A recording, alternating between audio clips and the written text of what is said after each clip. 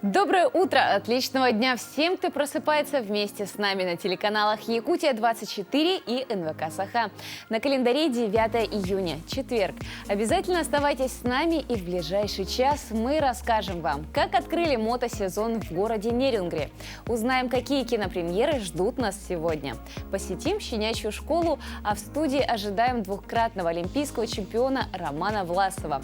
Ну а для самых активных телезрителей мы сегодня поощрим пригласительными на выставку «Сокровища Третьяковской галереи». Поэтому ни в коем случае не переключайтесь и присоединяйтесь к нашему эфиру. Довольно жарким выдалось начало лета. Интересно, будет ли оно таким дальше? Но каким будет лето в целом, мы вам сказать, конечно, не можем. Но вот с погодой на сегодняшний день мы вас ознакомим прямо сейчас. По данным Якутского гидрометеоцентра, в 6 часов утра температура воздуха в центральных районах составила 13-20 градусов тепла. В Заречной группе 10-20 со знаком плюс. В южных в это утро в городе Нерюнгри плюс 10, в Алдане плюс 11. В Вилюйской группе 16-17 выше 0, а в Нижнеленских 15 градусов со знаком плюс. В западных 11-12, в Колыма-Индигирской группе Улусов 1 градус в это утро в Чукурдахе, плюс 12 в Черском. В Янских от 8 до 14 со знаком плюс, на северо-западе 7-11 градусов, а в городе Якутске температура воздуха на 6 часов утра составила 19 градусов тепла. Атмосферное давление 749 миллиметров ртутного столба. Ветер дует южный со скоростью 1 метр в секунду. В течение дня преимущественно без осадков. Ветер подует северо-западный с порывами от 3 до 8 метров в секунду. Днем столбик термометра зафиксирует 28-30 градусов тепла.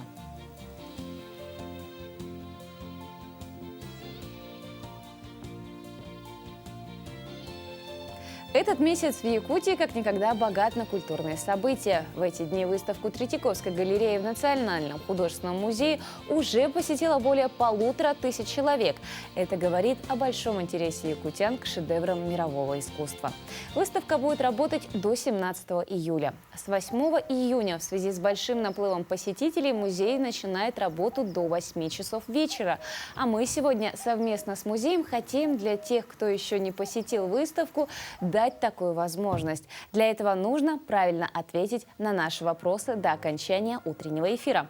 Итак, в нашем эфире прозвучит сегодня 2 вопроса. Разыгрывать мы будем пригласительные билеты на выставку «Сокровища Третьяковской галереи». Первый вопрос звучит следующим образом. Принес ты мирные трофеи с собой в отеческую сень, и был последний день Помпеи для русской кисти первый день. О каком художнике Баратынский написал эти строки? Правильные ответы отправляйте к нам по номеру социальной сети 8 914 273 44 88, а также на телеграм-канал «Утро Якутии». Для начала нужно обязательно подписаться и отправить свой правильный ответ. Вопросов будет сегодня 2. Будьте, друзья, внимательными. Мы ждем от вас правильных ответов. И еще раз напомню вам вопрос. Принес ты мирные трофеи с собой в отеческую сень, и был последний день Помпеи для русской кисти первый день. О каком художнике Баратынский написал эти строки? Мы двигаемся далее. В гостях у нас Петр Корякин, начальник отдела использования документов Национального архива. И сохранность исторической документации – это важнейшая задача государственных архивных служб. Петр Иванович, доброе утро. Мы поздравляем вас с праздником, во-первых. Спасибо. Известный филолог Дмитрий Лихачев как-то назвал библиотекарей последними святыми на Руси. Хочется то же самое повторить и про архивистов. Вот как вы считаете? Вполне можно. Вполне возможно, да, так назвать. За вековую историю Национальный архив Республики государственного хранения имеет около 1,5 миллиона дел на 17 языках мира. Давайте вспомним одни из самых интересных открытий, какие были в последнее время в архивах.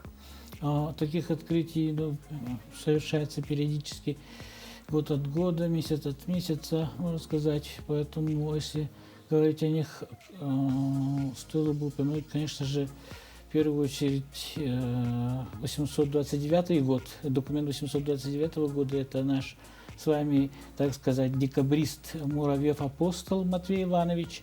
Документ, подтверждающий о том, что он передал, значит, собственноручно построенную юрту в пользу местного этого больницы для больных проказой. Вот. Интересный документ, еще такой же документ 832 года, это первая наша такая генеалогическая справка, так называемая выправка, сделанная архивариусом Иваном Старостиным, тоже на основе этих наших документов для дворян Антипиных, братья такие были. Вот. Еще, если дальше упоминать, то можно упомянуть также и письма, вот эти прошения нашего известного великого революционера, писателя-народника Николая Гавриловича Чернышевского, который, значит, отправлял их по поводу своих книг, оставленных в Вилюйске, да, вот этих. Вот. Что еще можно упомянуть из находок хороших, скажем, наших вот этих деятелей, как раз к столетию, новые данные о деятелях, таких как, скажем, Василий Никонорович Леонтьев, Александр Дмитриевич Широких, там, Петр Алексеевич Афанасьев. Вот. А из наших же историков, архивистов, которые там работали, тот же самый Иван Старостин, про него документы, про, значит, нашего Ефима Дмитриевича Стрелова обязательно нашли много документов, также нашли документы о нашем первом из якутов, дипломированном историке, архивисте Сидорове Сидоре Ивановиче. А лично у вас какой-нибудь из документов, вот какой наиболее трепет вызывает? Наиболее трепет, конечно, вызывает у меня, как человека, интересующийся, скажем, родной якутской культурой, вызывает, скажем, документы о развитии, скажем, якутского языка, письменности, ну и нашего устного нематериального, значит, шедевра, да, мирового человечества, это Олонхо. Их у нас много, среди них вот наших главных Олонхо Слепцова, значит, Аюнского, Нюргумбатор стремительный, Нюргумбатор. Также есть у нас тоюк и песни, среди них интересный такой тоюк, песня про, значит, мотылька-благословителя Эмура Ченерета. Ну и очень много таких подобных у нас документов о нематериальном творчестве. Вся информация, которая поступает в архивы, она вся в открытом доступе или есть какая-то информация в закрытом доступе, является секретной? И если это так, то по какому принципу она разделяется? Так-то, конечно, наши документы некоторые представляют из нашего фонда такой интерес для, можно сказать, западных, можно даже спецслужб, может быть, потому что секретность, она везде. Есть еще и ведомственная секретность, они же по уровню разделяются. Скажем, там особой важности документы строго секретные, просто секретные для внутриведомственного пользования, такие есть, да. И вообще вот этот уровень секретности, он определяется прейскурантом сведений о документах, об их вот, засекречивании, да. Поэтому можно сказать, что такие секретные документы есть во всех архивах, ну, в нашем, в том числе, наверное, ну, скажем, представляющих государственную тайну, скажем, о тех же, скажем, наших вот этих потенциала нашего Северо-Востока, который в наших недрах и прочее, может быть. Но также есть документы личного происхождения, которые тоже дан срок секретности 75 лет. Ну, это в связи с тем, что поддерживается безопасность того лица, который это все сдает, да, и их потомков. Потом еще у нас идут документы авторского права, смежного права. Ну, это как бы идет конкуренция, это может быть плагиат и прочее, поэтому такие документы тоже. Кстати, вот этот фондообразователи, которые нам сдают, и вот эти фондосдатчики, они могут устанавливать тоже вот такие сроки секретности, смотря, значит, по своим каким-то внутриведомственным таким правилам. А какие из последних хороших новостей вы порадуете нас? Ну, в первую очередь, конечно же, бы хотелось упомянуть нашу выставку, которая прошла в Москве. Это случилось 27 апреля в здании Российского государственного архива социальной и политической истории. Там мы выставили свою выставку, совместную выставку с постоянным представительством. Как раз это произошло, значит, в этом, при, значит, презентации книги по истории наше постоянное представительство. Вот, это и касаемо истории образования автономной республики. Ну, эта выставка, она обширная, она потом будет выставляться у нас в историческом парке. И там же прошла, значит, НПК, наша научно-практическая конференция, тоже посвящена столетию республики, где выступил наш директор Петр Васильевич Румянцев по теме Якутский губернский комитет, да. Плюс еще у нас прошли мероприятия тут, тоже в этом же самом историческом парке «Россия. Моя история». Там у нас большая выставка была на 6 витрин и 4 планшета. Тоже про автономию. Также у нас прошла лестничная так называемая выставка, которая включала 24 баннера. А на лестничном пролете посетило очень много людей. И, кстати, до сих пор она идет, до осени, может быть, будет. Потом еще чем мы можем порадовать? Мы можем порадовать своими, значит, изданиями. У нас вышла книга главного археографа Александра Александровича Калашникова, посвященная воинам-якутянам, участникам штурма Берлина. Так? Потом еще у нас главное, что вышла книга, сейчас еще презентации не было, про нашего земляка из Алекминска, заслуженного деятеля наук, академика Александра Александровича Скачинского, обладателя целых 5 орденов Ленина и 2 орденов Трудового Красного Знамени, сам герой социалистического труда. Вот такой вот человек у нас был, главный инженер, и про него уже книга вышла. Так? Ну и, конечно же, Семчанский дневник Алексея Елисеевича Кулаковского. Вот, 23-24 годов, который составителем является одной из составительниц наша замдиректора Наталья Степановна Степанова. Вот. Ну и, конечно... Пользуясь случаем, вы сейчас можете поздравить своих коллег с этим замечательным праздником. Да, поздравляю всех своих коллег по всей республике с нашим замечательным праздником. Большое вам спасибо, Петр Иванович, за то, что в это утро вы посетили нас. Мы вас также поздравляем, присоединяемся к вашим поздравлениям. Спасибо большое. Желаем вам, конечно же, дальнейшего процветания. Будем ждать ваших не менее интересных мероприятий. И, конечно же, я думаю, нам много еще что впереди откроется.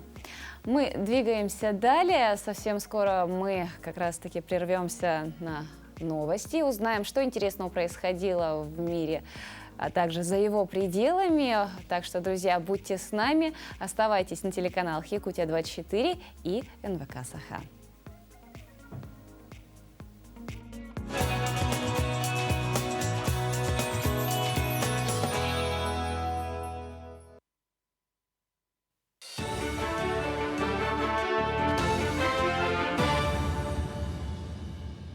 Доброе утро, в эфире новости.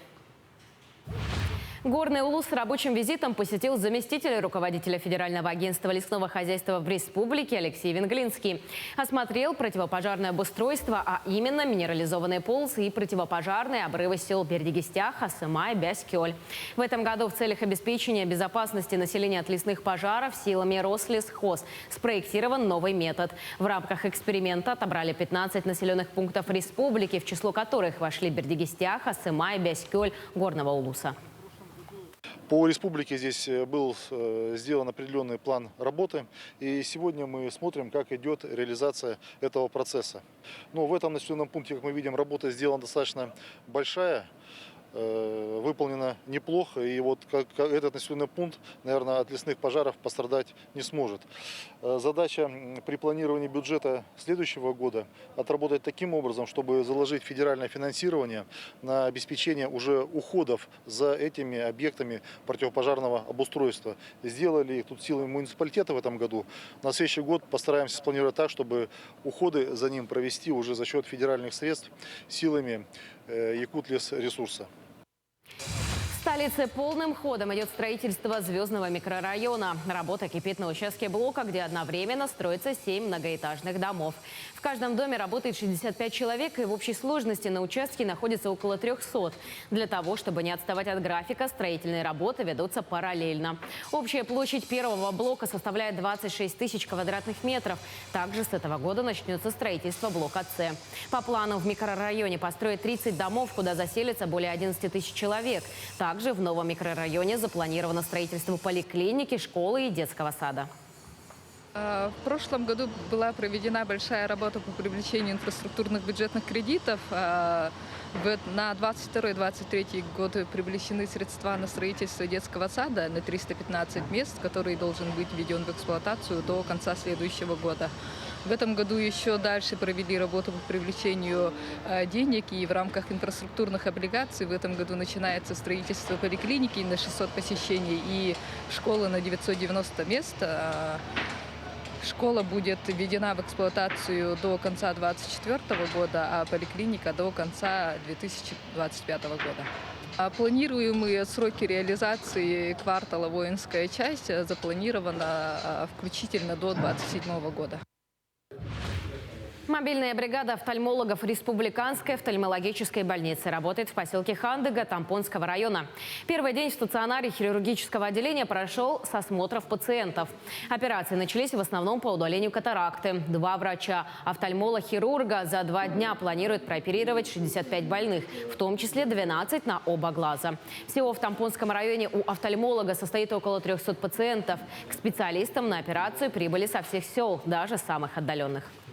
Бригада офтальмологов приезжает в наш район, начиная с 2008 года.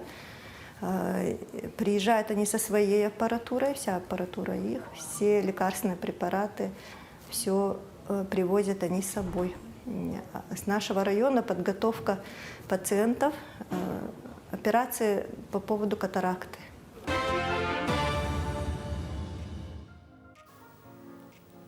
Доброе утро, друзья! В это утро мы разыгрываем 2 билета на замечательную выставку «Третьяковое сокровище» Третьяковской галереи. Мы озвучили первый вопрос, на который нужно было ответить правильно, и правильный ответ отправить к нам на телеграм-канал «Утро Якутии». Вопрос звучал следующим образом. «Принес ты мирные трофеи с собой в отеческую сень, и был последний день Помпеи для русской кисти первый день». О каком художнике Баратынский написал эти строки? И самый быстрый, самый внимательный и самый первый ответ, который к нам пришел, Карл Брюллов в последний день Помпеи. Между прочим, как раз-таки на выставке «Сокровищ» Третьяковской галереи представлена картина «Портрет детей Волконских Сарапа» этого художника. Следующий вопрос и следующий билет, также на 2 персоны, который мы разыгрываем, звучит следующим образом. Этот художник был одним из участников знаменитого бунта 14, входил в товарищество передвижных художественных выставок, но через 2 года покинул художественное объединение, в отличие от своего младшего брата. Назовите имя художника.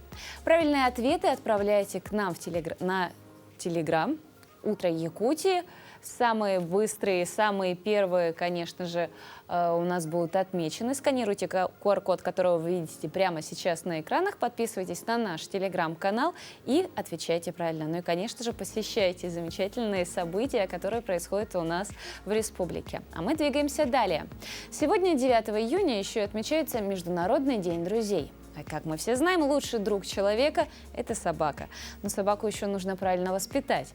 Как говорят кинологи, не бывает необучаемых собак. Бывают ленивые люди.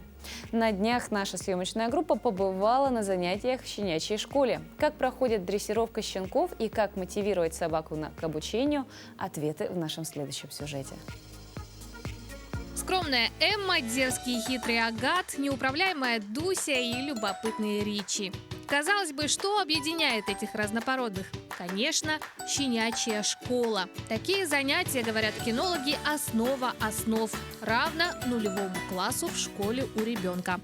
Закладываются все основные навыки, закладываются навыки в хозяев, как это дальше правильно, что делать, и потом уже по нарастающей мы отрабатываем и усложняем. Заниматься нужно с любой собакой, породистая, беспородная, большая, маленькая, без разницы. Это воспитание собаки. Вам жить потом в социуме, вам как-то с этой собакой управляться. Хотите жить хорошо, расслабленно и в удовольствии с собачкой, значит, воспитайте. Здесь хозяева воспитывают не только собак, но и самих себя. Найти контакт, научиться общаться, правильно взаимодействовать и, главное, умение управлять своим любимцем – огромная работа. Дрессировать нужно и себя, любимого. Она вообще больше не управляемая, мы ее учим, а она ничего не хочет. Приходится сюда ходить, чтобы ее подрессировать. Дрессировка всегда важна для этого, чтобы она слушалась на улице, также дома. Ну и сказали, второе занятие уже, да, вот есть какие-то уже результаты. Да. Ну, у нас начала получаться первая команда, получается, главное ко мне и рядом. Вот. И сегодня мы еще нового учили, сидим. Ну, стараемся. Мы ходим 1,5 месяца. Ну, собака более-менее стала управляемая, все равно слушается. Конечно, приходится очень много. Он хитрый же. Это же дети. Да, ну, растем. Ну, в первое время было сложно, потому что он не понимал, не знал. Потом привык. С твоим упорством, да? Да. Собака приучается выполнять команды именно через общение. Это фундамент. Если животное не возжелает общаться со своим хозяином, такого зверя будет очень тяжело приучить к послушанию. И наоборот, общительная собака быстро и с удовольствием всему научится. Собаки те же самые дети. Вот щенки те же самые дети, только они не разговаривают. Они все показывают эмоционально, но не разговаривают. Поэтому что заложите, то получите. А теперь взгляните на своего питомца. Если он кусает людей, гоняет кошек, не слушается и не понимает, все эти беды не его проблемы, а в первую очередь ваши. И помните, возраст собаки не приговор. За что любишь Дусю? За то, что она хорошая, она у нас. За то, что она нам досталась хорошей, милая, ласковая. Ну, это все. Это моя маленькая крошечка. Да. Катерина Винокурова, Григорий Николаев, Якутск. Не только посмотреть и сфотографировать, но также погладить и даже забрать одного из пушистых зверей домой горожане смогли во время празднования Всемирного дня петербургских котов, который прошел на Конногвардейском бульваре в минувшее воскресенье. О необычном мероприятии в следующем материале. Как рассказала арт-директор Республики кошек и котов Ольга Титович, такой фестиваль, где заводчики и приюты представляют своих подопечных, организуется в Санкт-Петербурге уже в 17-й раз. Бульвар у нас такой большой, Конногвардейский, и мы с каждым годом все дальше и дальше делаем его Котогвардейским. В этом году у нас не только традиционная концертная программа награждения победителей, но и большая спортивная программа. К нам присоединился Центр спорта Адмиралтейского района, и вместе с спортсменами, с профессиональными мы все по-настоящему сдаем нормы КТО – котов к труду и обороне. По словам Титович, коты представлены самых разнообразных родословных, и каждый присутствующий на мероприятии может подобрать себе подходящего пушистого друга. Хочу коту найти непременно. Есть заводчики, действительно профессиональные, те, кто разводит котиков по всем правилам, как сложная наука этим занимается. Можно познакомиться действительно с породистым котиком и найти себе котенка. Либо прийти в зону приютов и найти себе котенка по душе, может быть, без родословной, без какой-то особенной породы, но не менее пушистого, когтистого, хвостистого и прекрасного. Ольга добавила, что коты – это те животные, которые способны объединить всех людей вне зависимости от рода деятельности и увлечений. Кошки несут уют, несут тепло, несут дружбу. Вот те чувства, те эмоции, которых нам часто не хватает в жизни. И именно праздник кошек – это, пожалуй, день, когда способен объединить спортсменов, бизнесменов, художников, любителей театра, то есть всех людей. Особенную эволюционную связь человека и кота отмечают и гости праздника. Котики знают, что людям они понравятся, они умеют нам нравиться. А люди просто это из разряда. Котик не приносит пользы, но он просто совершенно замечательный, незаменимый и мягкий, пушистый, любимый. Должность в декабре. Программа празднования Всемирного дня петербургских котов в Петербурге включала спортивные состязания, мастер-классы, концерт, игры и традиционный парад. Международный день друзей – это отличный повод встретиться со своими товарищами. Если же по какой-то причине сделать это не получается, можете передать им привет посредством нашего контактного номера телефона либо телеграм-канала. Можете просто нанести прямо сейчас свой телефон на QR-код, и вы в нашей группе. А на очереди ежедневная рубрика «Даты и события».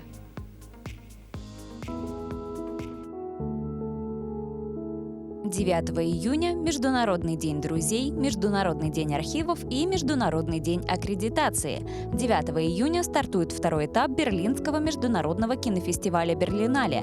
До 20 июня на открытом воздухе пройдут показы картин победителей и другие мероприятия. 9 июня также День группы советских войск в Германии. По народному календарю восточный ветер 9 июня предвещает простудные болезни у людей и скота, а северо-западный ветер – ухудшение погоды и сильные дожди. Если 9 июня лег первый летний туман, будет хороший урожай грибов. 9 июня 1737 года вспыхнул один из самых сильных пожаров за всю историю Москвы. Огонь охватил центр города, сгорел даже Кремль. От пожара треснул 200-тонный царь-колокол.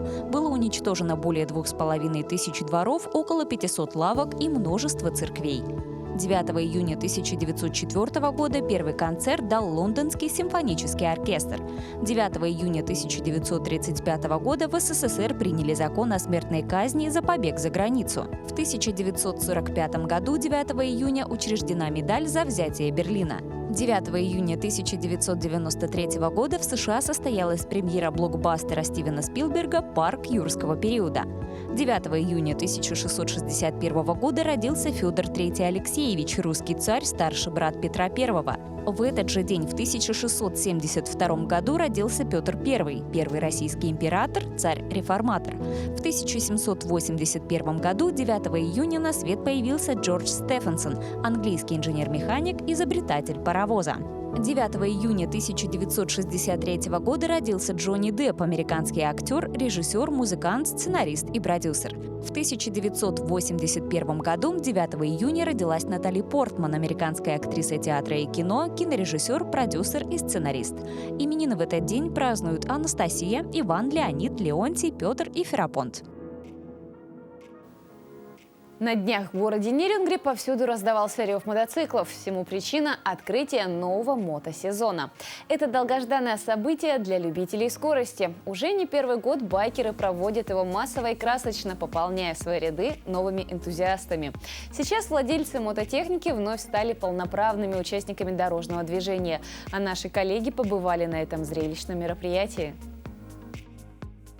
После долгой зимы и затянувшейся весны наконец-то установилась благоприятная погода. Мотоциклисты расчехляют своих железных коней и открывают мотосезон в Нерюнгри.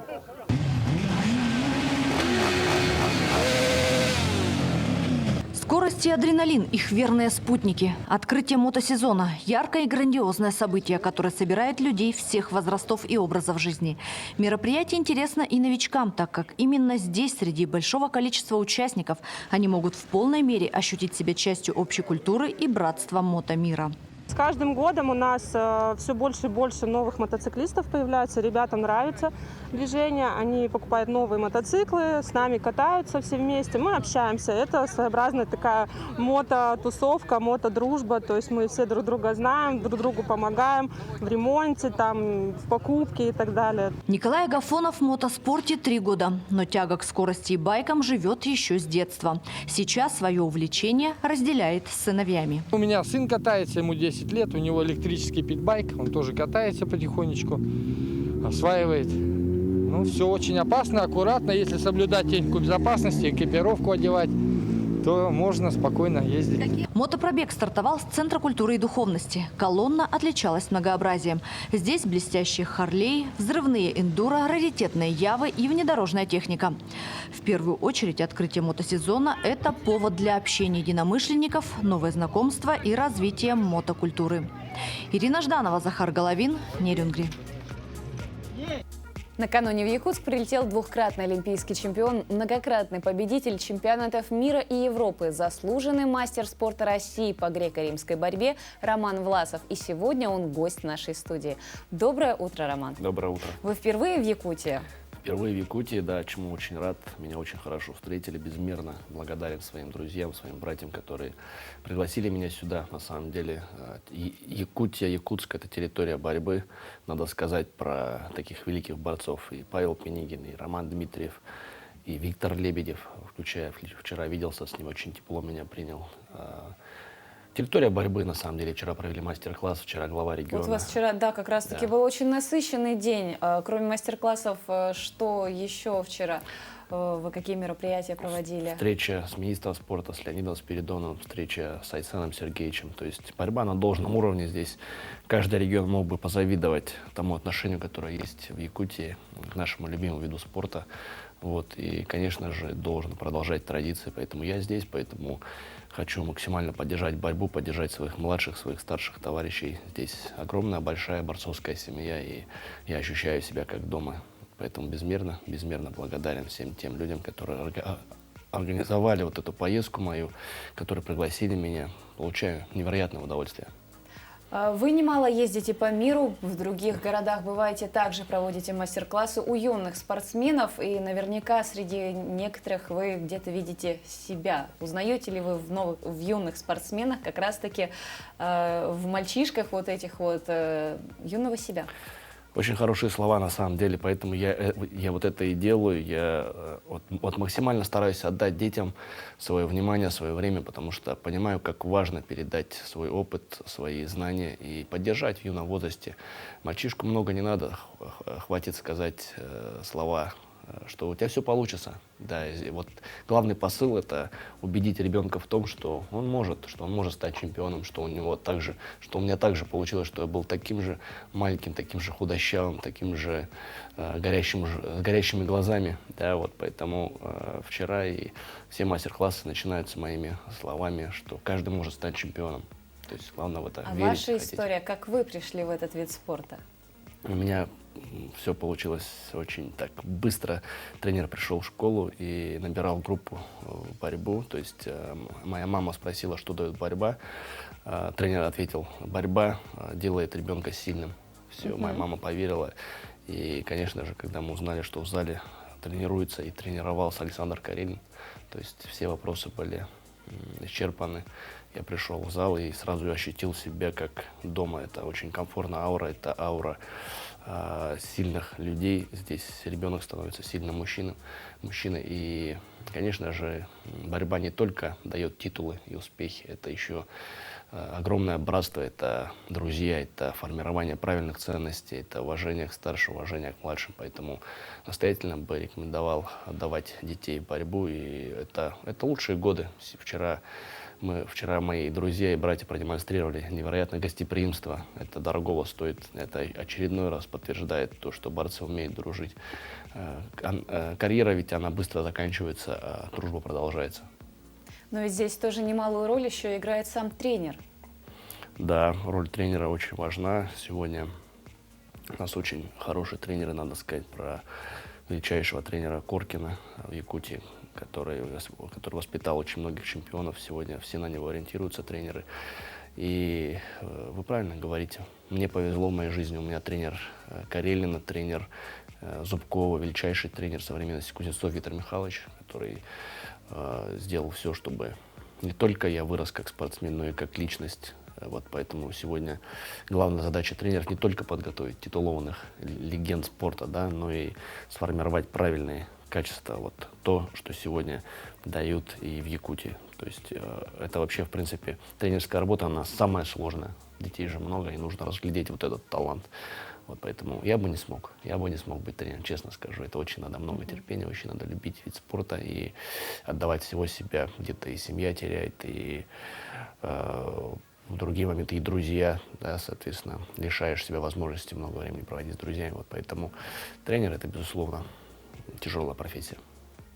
Вы олимпийский чемпион, а какие еще перед собой цели вы ставите? Или это уже как бы финальная планка, которую вы достигли? Дважды мне посчастливилось встать на олимпийский пьедестал, на первую ступеньку. Это лучшие эмоции, которые я испытал. Я счастлив, что получилось у меня, у моих наставников, у моих друзей, потому что это коллективная работа, это без поддержки невозможно добиться больших успехов. Как раз вчера про это говорил, что у Якутии есть все возможности, чтобы традиции продолжались, чтобы из этих детей в скором времени мы узнали новые имена, новые чемпионы. Вот. А в моей жизни по-прежнему горит мечта. Мечтаю стать трехкратным олимпийским чемпионом. Верю, что Олимпийские игры состоятся. Держу себя в форме. Пару недель назад победил на Лиге Поддубного. Это новый формат на соревнований, учитывая, что стартов нет. И наша федерация вот организовала вот такой старт. Чемпионат России выиграл. Вот поэтому считаю, что, опять повторюсь, что годы в борьбе, они лучшие годы. Поэтому стараюсь максимально продлить свой спортивный век. Держу себя в форме. И намерен еще один цикл пройти на высоких оборотах конкуренции. Считаю, что не совсем я старый, чувствую в себе силы. Но мы знаем, что министр физической культуры и спорта Якутии Леонид Спиридонов, он пригласил вас на предстоящие международные спортивные игры «Дети Азии» в 2024 году. Верно? Верно. И я обязательно приеду. Ехать? Вчера мои слова, главное, что Якутия, она навсегда в моем сердце. Я ощущаю невероятное единение здесь с народом. Мама моя родом из Удмуртии, из Мариэлла, то есть Марика. И это же тюркские народы. Я ощущаю, насколько хорошо ко мне здесь относятся. Поэтому я всегда буду поддерживать Якутию, Якутск, этих замечательных людей, невероятно гостеприимных, невероятно честных, порядочных, светлых людей, отзывчивых, добрых. Вот, поэтому, когда у меня будет возможность, это не только соревнования, это мастер-классы, это... Не знаю, как сложится моя жизнь после спорта, но я знаю точно, что я сделаю все, чтобы мой вид спорта развивался, чтобы дети, которые сегодня приходят, чтобы они получали должное внимание и ощущали поддержку. Это очень важно. По себе знаю, что без поддержки в нашем спорте нельзя. Поэтому и «Дети Азии», и другие мероприятия я всегда буду поддерживать Якутию. А в чем ваш секрет успеха, кроме вот кропотливой работы, ежедневных изнуряющих тренировок и воли к победе? Как я уже сказал, спорт нас закаляет не только в момент, когда ты действующий спортсмен, но и когда спорт заканчивается. Поэтому придерживаюсь дисциплины во всем. Это не только касается спорта, это режим, это питание, это отношения с близкими, отношения с семьей. Моя семья, моя сила. Там я черпаю главные силы. Считаю, что главный постулат сегодня особенно это делай, что должен, и будь, что будет. Потому что сегодня очень сложная ситуация, и сегодня важно продолжать делать свое любимое дело, жить мечтой, тренироваться, готовиться к тому, чтобы вновь доказать всем, что сборная команда России лучшая в мире. Это я являюсь как капитаном команды, для меня это особая история, я горжусь этому обстоятельству и еще раз повторю, что годы в спорте, они лучшие годы, и хочу как можно дольше остаться вот, в роли действующего спортсмена. Как долго вы пробудете еще в Якутске, в Якутии, и какие мероприятия у вас еще запланированы? На самом деле вчера целый день, сегодня целый день, завтра уже домой. И с одной стороны очень грустно, но с другой стороны у меня нет здесь ни одной минуты свободного времени. Мои друзья так организовали плотно вот этот график, помимо мастер-классов, помимо визитов с министром спорта, с главой региона. Все время насыщенная программа. Сегодня мы летим на вертолете на какие-то священные места. Я еще не знаю, куда это держится в тайне. Вот, но на самом деле я еще раз повторю, что получаю огромное удовольствие, невероятное гостеприимство. Якутяне, они особенные люди. С хлебом, солью вчера, с кумысом встретили. И каждая моя минута пребывания в Якутии доставляет мне неимоверное удовольствие. Кроме этого, вы еще занимаетесь благотворительностью. Можете рассказать об этом? Да, считаю своим долгом не только проводить мастер-классы, но и поддерживать детей. Каждый мастер-класс за последние 2 недели я провел 5 мастер-классов. Каждый мастер-класс заканчивается с тем, что я выбираю ребенка, объявляю конкурс, точнее такое мини-соперничество. Говорю, кто у меня заберет 1 балл. Тому я подарю борцовки, тому я подарю трико, костюмы, то есть одеваю их и спрашиваю тренера ребенка, который действительно нуждается из неблагополучной семьи, и отдаю ему балл. Это по секрету между нами никому не говорите. Они так стараются. Да, пропускаю балл и, соответственно, потом отправляю борцовки, трико. Дальше больше, на самом деле, просто пока вот такой придумал этап преодоления, чтобы не просто так, да, чтобы они ощущали, что все действительно достается в борьбе. Как и в моей жизни, как и в жизни любого спортсмена, есть успех, значит, есть борьба, есть препятствия, и ты, если преодолеваешь, тогда получаешь награду. Вот, соответственно, выходит на ковер, я создаю ему условия, чтобы он проявил себя. Вот он выходит, побеждает и, соответственно, получает награду. Вот, а так, получая удовольствие от возможности помогать младшим товарищам своим. Еще раз повторю, что это главная обязанность успешных спортсменов. Не только передавать свой опыт, но и поддерживать молодежь, тем более, когда есть возможность. Мы очень благодарны, что вы нашли время в это утро посетить нашу студию. Конечно, желаю вам дальнейших успехов и надеемся на еще встречу как раз-таки на тех самых Детях Азии, которые пройдут уже в 2024 году. Большое спасибо. Спасибо. Спасибо вам большое. Всего самого доброго. Двигаемся далее. В нашей рубрике «Пусть мама придет» мы показываем детей, которым нужна семья. Одна из них – это Валентина. Девочке 10 лет, и, как все дети, она любит творить, играть и веселиться. Но ей не хватает самого главного в жизни каждого человека – это семьи. И мы надеемся, что Валя обретет маму и папу. Знакомьтесь, Валя. Ей 10 лет. Валя у меня занималась давно. Она очень талантливая. И как сразу скажет, я это буду делать, и она уже начинает. И делает до конца. У меня еще занимается роспись по стеклу, рисуем. Благодаря терпению, усидчивости и спокойствию Валя легко осваивает то, чему ее обучают. Валя, расскажи, что ты делаешь? Я делаю браслет своей подруге, которая там сейчас у нас в семье. Я ей подарю ее, и она тоже скажет мне, обрадуется, что я ей сделала. Валя любит подвижные игры, с удовольствием погружаясь в сухой бассейн. Валюша у нас самая маленькая в семье девочка. Она как бы у нас даже избалованная, чуть-чуть, капельку, конечно. Она учится у нас во 2 классе. Она хорошистка. Сейчас вот недавно у нас в семье появился маленький ребенок. И она так хорошо с ним, так хорошо помогает с ним возиться. Она так хорошо за ним следит. Вот она и любит играть. Вот такие игры.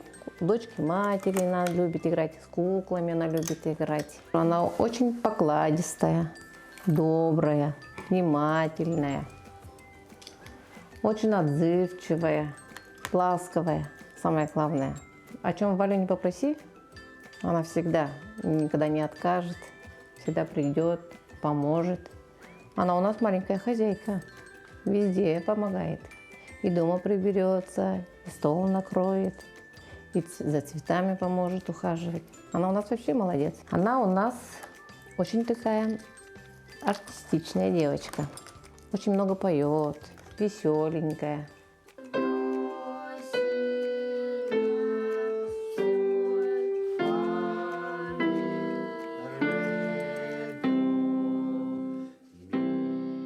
Мы надеемся, что Валя обретет семью.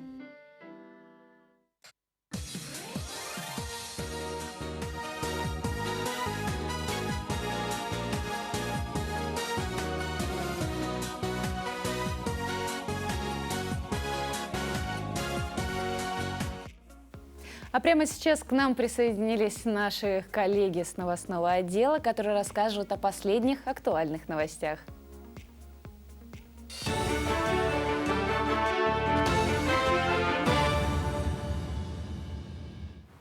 Вы смотрите новости. Доброе утро. Житель Якутска заплатит соседу 20 тысяч рублей за нарушение тишины в ночное время. Это первый случай в республике, когда судом взыскан моральный вред за шум после 22 часов. Мужчина сдавал посуточно свою квартиру различным компаниям. Жилец из соседней квартиры не выдержал постоянного шума в ночное время и подал в суд на хозяина-арендодателя. Напомним, что не допускается нарушение тишины и покоя граждан с понедельника по пятницу с 21 часа до 8 часов утра. С 22 часов до 10 часов в выходные дни. В столице региона в офисе «Моя работа» состоялась ярмарка вакансий «Мое трудовое лето» для несовершеннолетних граждан в возрасте от 14 до 18 лет. Более 200 школьников оставили свои заявления и анкеты, чтобы трудоустроиться в летний период на работу. Всего приняли участие 12 организаций, которые выставили 92 рабочих места. В основном работодатели предлагают работы по таким направлениям, как помощников фотографа, официантов, СММ-менеджеров, овощеводов и экскурсоводов. Стоит отметить, что в апреле и в мае этого года офис «Моя работа» заключила договоры с 7 организациями и трудоустроила свыше 70 детей. Дети не работают в определенных сферах. Это ночные рестораны, торговля спиртными и табачными изделиями, а также не работают на рабочих местах, на которых имеются вредные условия труда. Якутский фильм «Иц» Дмитрия Давыдова и Степана Бурнашова завоевал гран-при 15-го Чебоксарского международного кинофестиваля, посвященному этническому и региональному кино. Режиссеры сообщили, что осенью начнутся съемки второй части кинокартины. И это было представлено в конкурсной программе игрового кино. Всего в этой категории участвовали 6 российских и 5 зарубежных фильмов. В Якутии в 4-й раз состоится международный фестиваль встречи шедевров ЮНЕСКО на земле Аланхо. В год столетия ЯССР фестиваль посвящен культурному наследию народов России и мира. Фестиваль начнется 20 июня во время национального праздника Исых-Аланхо в Верхневилюйском Улусе. Участников и гостей ждут авторские лекции, мастер-классы, творческие встречи и лаборатории. Фестиваль пройдет на различных площадках под открытым небом. Также мероприятия состоятся на театральных площадках в Якутске. На сегодняшний день свое участие подтвердили несколько коллективов из разных стран и регионов России.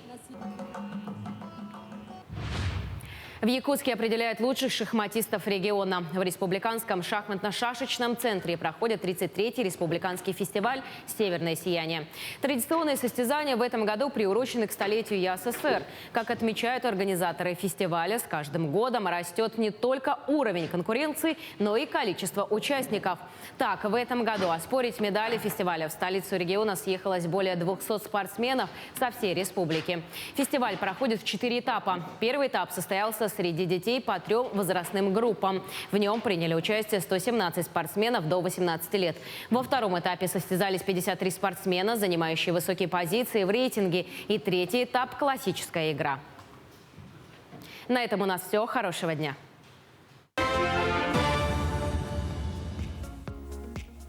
Доброе утро всем, кто начинает свой день вместе с программой «Утро Якутии» на телеканалах «Якутия-24» и НВК «Саха». И этим утром самый внимательный, самый быстрый может получить замечательную возможность посетить выставку «Сокровища Третьяковской галереи». Все, что для этого нужно было, это, конечно же, смотреть наш эфир, внимательно слушать вопросы, которые мы задавали, ну и, конечно же, быстрее всех отвечать и отправлять правильные ответы на наш телеграм-канал, который вы видите сейчас на своих экранах. Второй вопрос, который мы задавали, звучал следующим образом. Этот художник был одним из участников знаменитого «Бунта 14», входил в товарищество передвижных художественных выставок, но через 2 года покинул художественное объединение, в отличие от своего младшего брата. Нужно было назвать имя художника. Звали его Константин Маковский.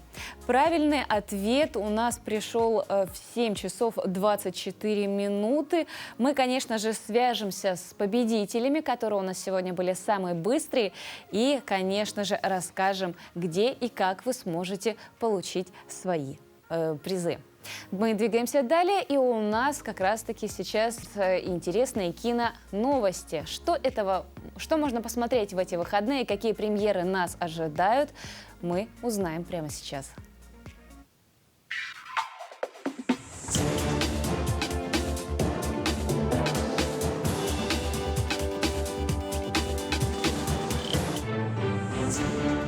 Доброе утро!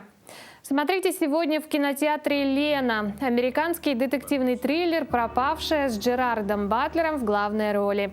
52-летний актер сыграл мужа, у которого во время поездки неожиданно пропадает жена. Похитили ее или супруга сама сбежала, остается загадкой для мужчины, но он готов пойти на все, чтобы разобраться в произошедшем. Герой Батлера не является бывшим копом или спецназовцем, но он остервенело бросается в бой, чтобы найти свою жену, даже зная, что она его уже не любит. Но если кто-то тронет мою жену, то заплатит сполна.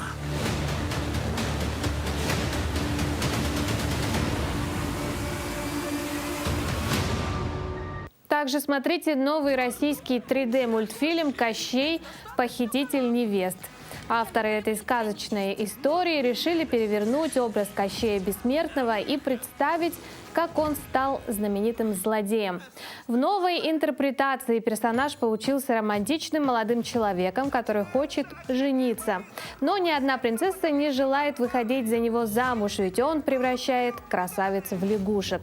И вот Кощей встречает удалого богатыря, точнее богатыршу, которая активно отбивается от назойливых женихов. Однако, завладев Кощеевой иглой, царь Горох придумывает, как добраться и до Варвары. Вот только он не учел одного. Смерть Кощея хоть и заключена в игле, но в его сердце еще может жить любовь. Создатели отмечают, что герой – самый молодой и обаятельный Кощей за всю историю существования. Голос ему подарил популярный актер Виктор Добронравов. Сильнее любой магии.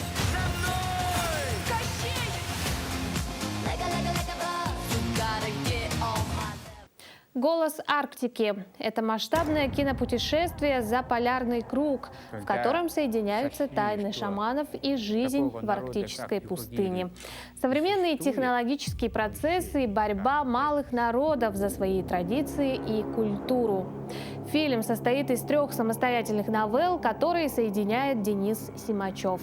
Он отправляется в путешествие по русской Арктике в поисках уникальных музыкальных напевов. Ошибок ему не прощают. Как же мне в краю родном не заботиться о нем. Также сегодня в прокате кинотеатра «Лена» документальный фильм «Энио Маэстро», впервые показанный на Венецианском кинофестивале в сентябре прошлого года.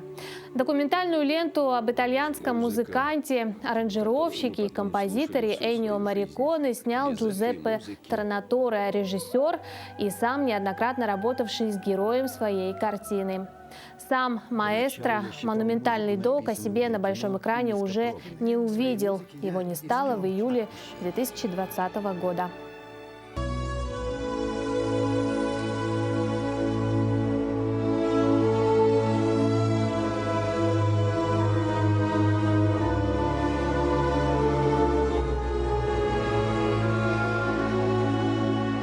На этом у меня все. Желаю вам отличного настроения и приятного просмотра.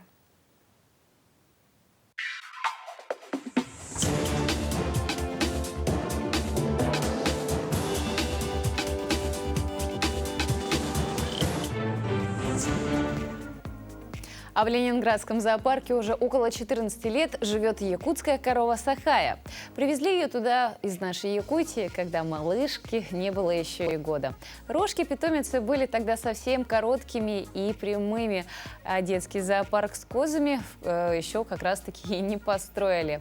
Маленькая бурая корова сначала жила там, где сейчас конюшня, но, став крупной копытной дамой, обзавелась домом прямо возле контактного детской площадки, справа от главного входа в зоопарк.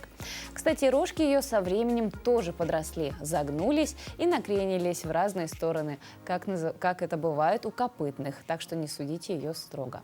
Но главная отличительная черта Сахаи – ее строптивый и непредсказуемый нрав. Эту корову не назовешь спокойным и приятным собеседником. Она может брызгаться слюной, даже издавать звуки, похожие на рычание хищника. По зоопарку даже ходят легенды, сколько сотрудников Сахая подняла на рога и на смех. Но посетителям бояться не стоит. Ограждения в вольере крепкие, просто не надо перелезать через них. Не выезжая из Петербурга, заглянем в Кронштадт, где прошел фестиваль запуска воздушных змей в рамках фестиваля «Фортолет». Событие проходило 4 и 5 июня и стало 4-м по счетам. На кадрах, снятых в эту субботу, можно наблюдать летающие конструкции, которые выполнены в самых необычных формах, от персонажей фольклора до героев советской мультипликации. По словам организатора фестиваля, традиционный праздник считается международным. Событие осуществлялось при поддержке клубов воздушных змеев СПБ «Кайт». И сегодня собрало множество людей со всей планеты. Гортинская отметила, что на данный момент это самый масштабный фестиваль воздушных змеев во всей стране, где запускают больших воздушных змеев. Некоторые конструкции достигают даже до 30 метров в длину. Кроме того, по словам представителей, самое трудное – это, конечно же, смоделировать и собрать воздушного змея. Работа может занять у конструктора до года, в зависимости от средств и ресурсов, которые будут использованы как современные технологии, так и подручные средства – веревки или даже бамбук.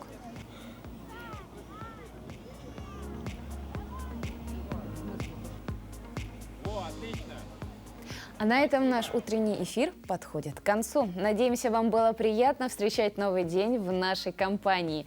Не изменяйте традициям и уже завтра включайте свои телевизоры и смартфоны в 7 часов утра. В студии мы ожидаем режиссера самого кассового фильма за эту неделю «Джулур».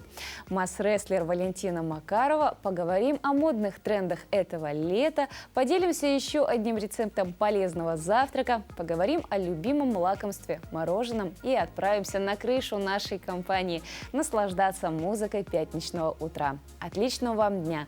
Друзья, до завтра! Мы будем ждать снова вас здесь, на телеканалах «Утро Якутии», телеканалах «Якутия-24» и НВК «Саха». Так что первым делом, просыпаясь, не только заваривайте кофе, но и, конечно же, включайте телевизор. После эфира мы обязательно свяжемся с победителями нашего розыгрыша и расскажем, где и как они смогут забрать свои пригласительные билеты. Всем пока!